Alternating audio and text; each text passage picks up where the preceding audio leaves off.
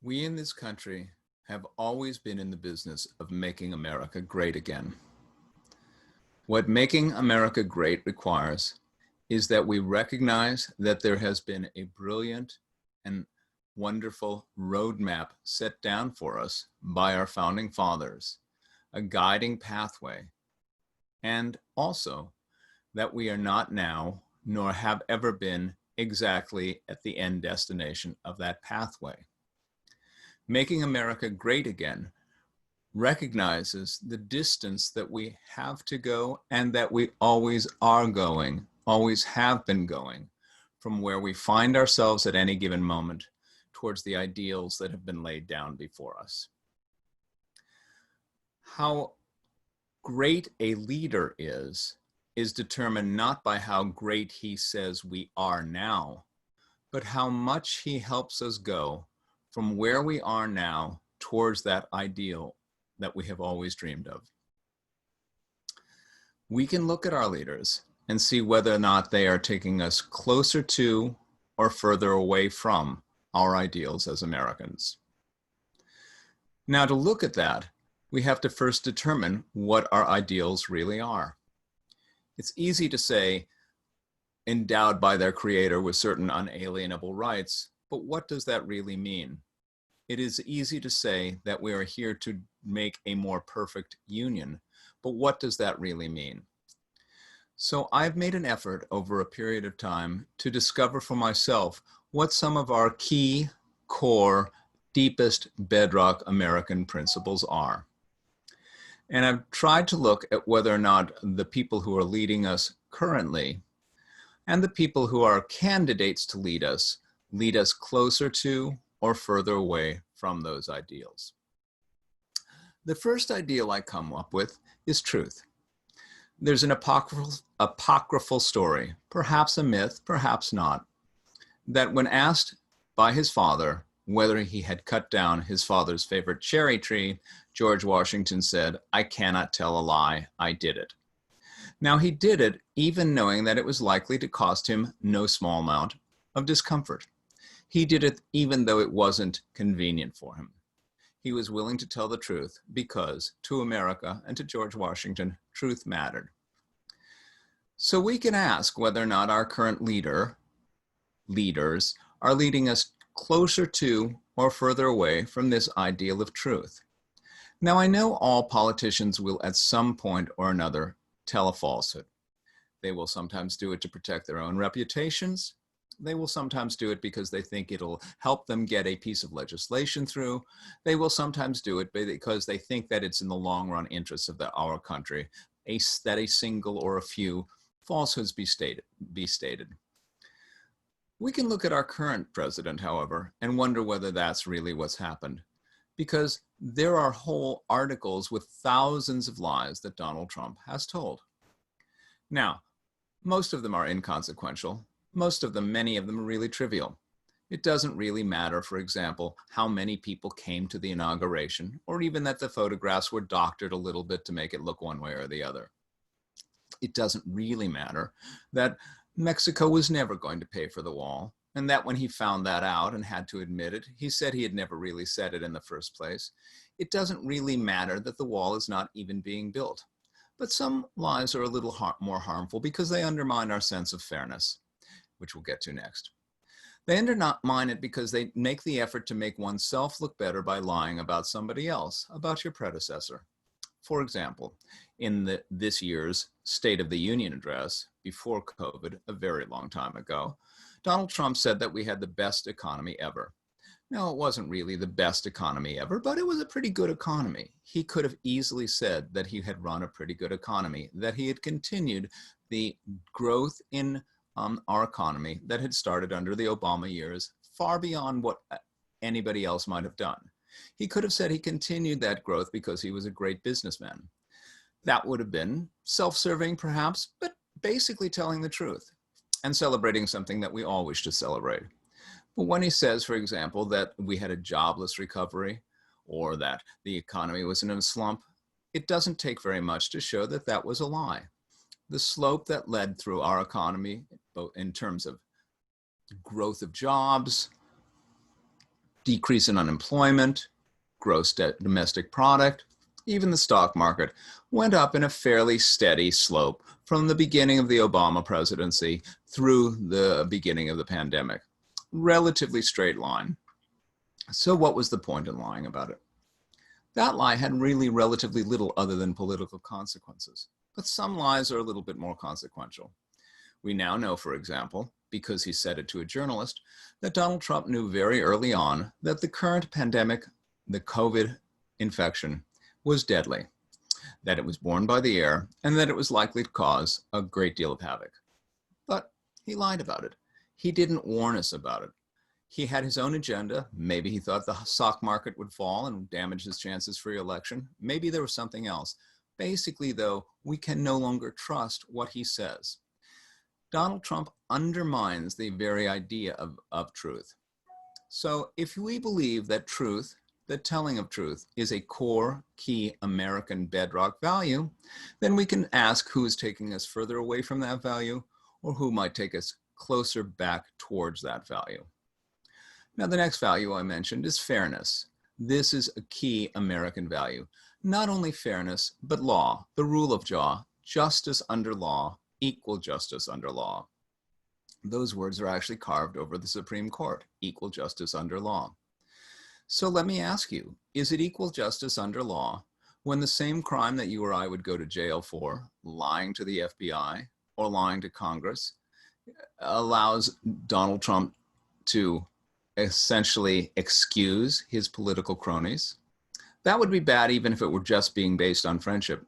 But it's even worse if the lie that those cronies told was probably to help your own political agenda, to help your own self avoid consequences.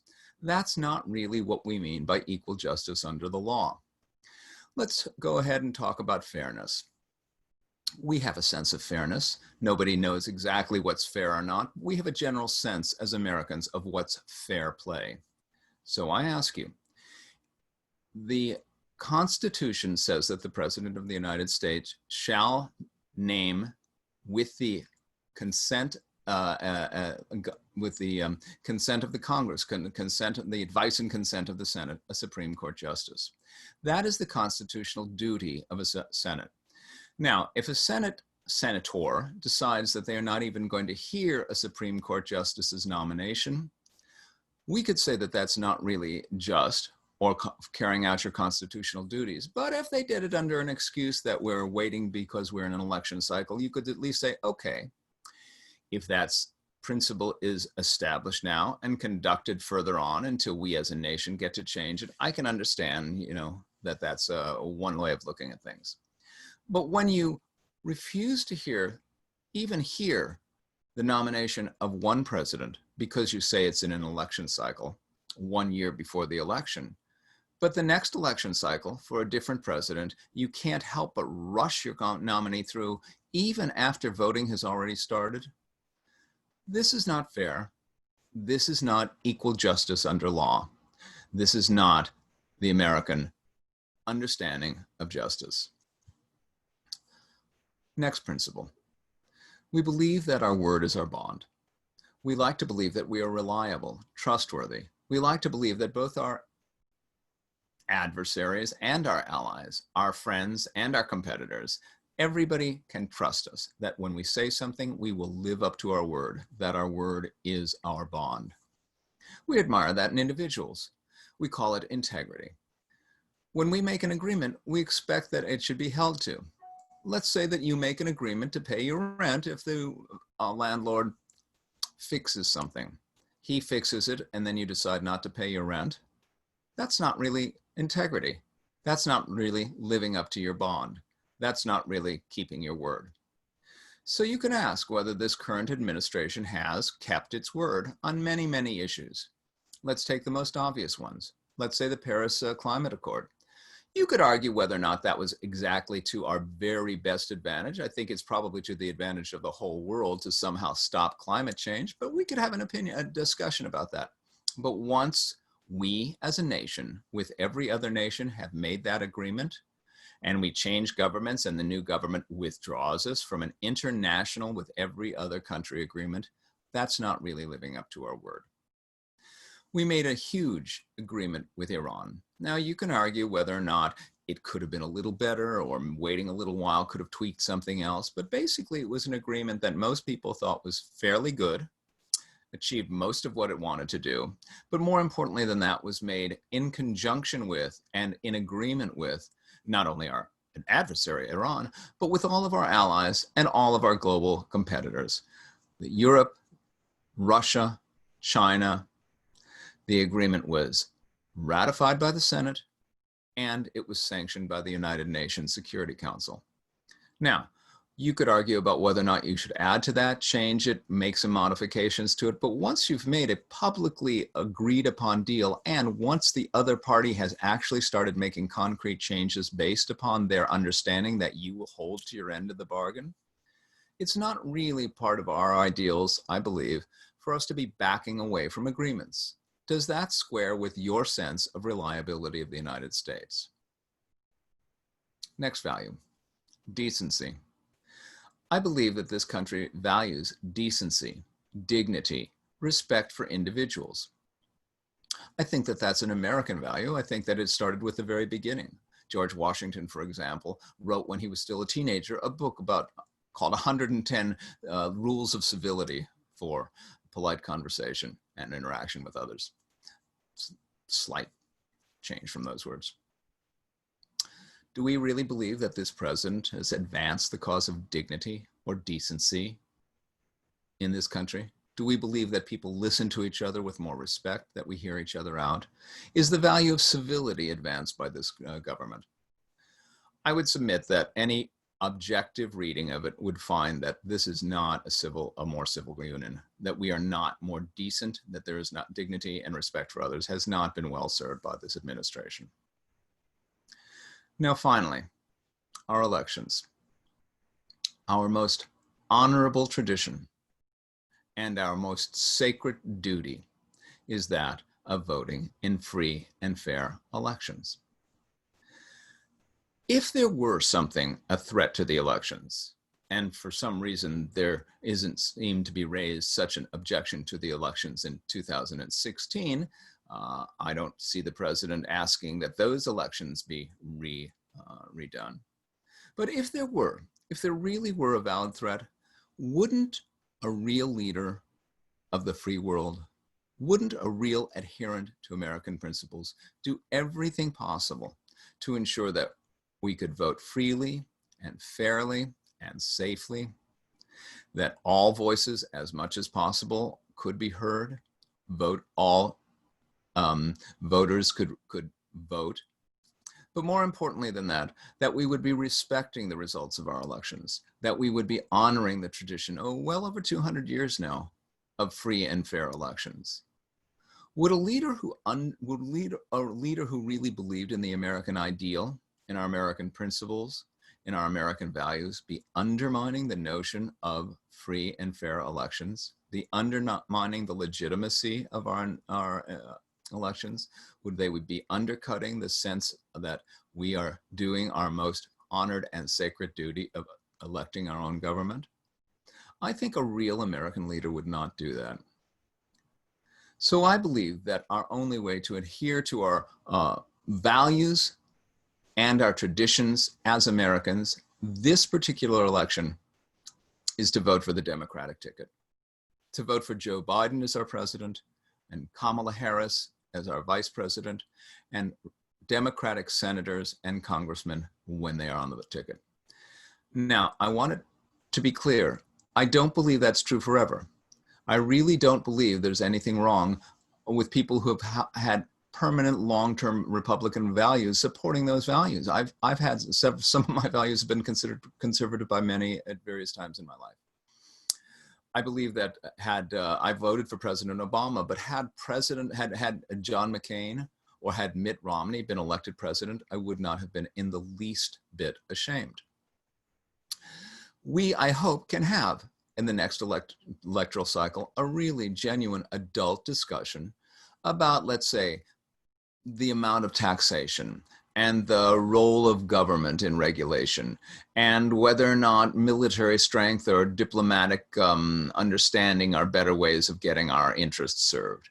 And what are the what's the recognized role of government in the care for its citizens? I mean, any of those traditional right, left, liberal, conservative, Republican, Democratic discussions, as adults, we could definitely have them, but not now. Not now. Now we need to come back to who we really are. I think we have a golden opportunity in this election. Or to continue with the analogy, I think there is a silver lining to this very dark cloud. If we can come together, not narrowly, not in small groups, not in disputed margins, but solidly and certainly and broadly and definitely and overwhelmingly vote it out this particular administration, then we will be affirming for ourselves and proclaiming to the world that, for example, truth really still does matter. That as Americans, we do value honesty and we hold consequences for those who do not. That we believe in fairness, that we honor the rule of law, that we believe in equal justice under law, that we believe that justice is blind. We will affirm that we intend to hold up our ends of the bargain, that we are as good as our word, that our word is our bond, that we are trustworthy, that we are reliable, that when we say we will stand at your side, we will. We will not leave people like the Kurds in the lurch. We will stand with those who stand with us because we will be seen as someone who, when we say something, we will stick with it. I believe that if we take this opportunity to proclaim for ourselves and to show the world that those traditions and those values and those principles upon which our nation was founded still remain our North Star, our target, our guiding light. That we still recognize that there is where we are now and where we wish to be, and that we will choose leaders who will take us from where we are now towards who we will wish to be, who we really are in our hearts, in our ideals, in our dreams. I believe that would be making America great again. America, it is time to come home. Come home to who we really are. Come home, America. It's time.